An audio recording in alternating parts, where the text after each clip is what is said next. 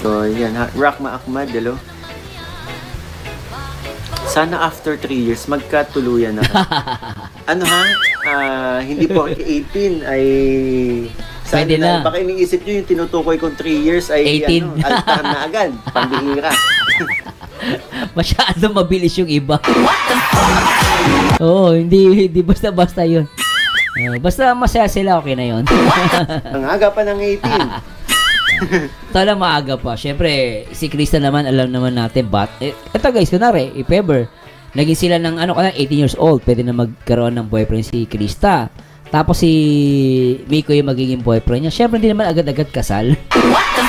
Di ba? Ano pa yun? Kailangan pa rin talaga nila na unahin yung mga family nila. Lalo na kay Krista, di ba?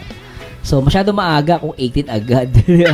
Pero depende, hindi natin masabi. Pero for now, let's enjoy, no? At let's see kung mangyayari yun, no?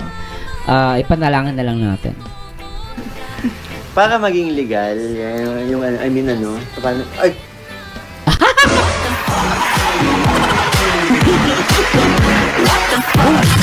Nadulas na naman si Miko, eh.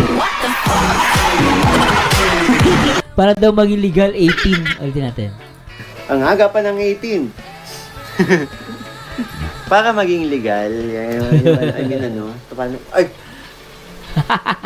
Para maging legal yung pwede ko na siyang pwede ko, di ba, pag 18, pwede nang ligawan, yung ganun.